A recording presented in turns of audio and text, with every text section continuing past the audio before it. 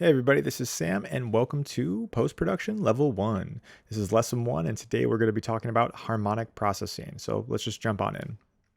Okay, and in this lesson we're going to be talking about harmonic processing and what is EQ and or equalization. Okay, so harmonic processing. Harmonic processing is any style of processing that alters and or affects the frequencies of a source. Note, another name for harmonic processing is equalization or EQ. Okay.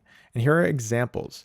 Every EQ can be broken into two categories, either a clean EQ, meaning it's very transparent, or a character EQ, meaning it's adding some type of vibe or adding some type of saturation or something to the signal other than just manipulating the frequencies. Okay. This will be broken down in more detail in level 2. And the point of understanding here is both transparent and character EQs can be applied to a source.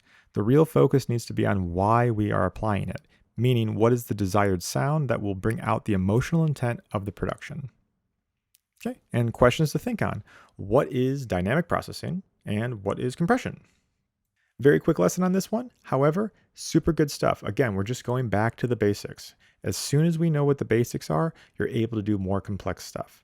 To that, see you in the next one.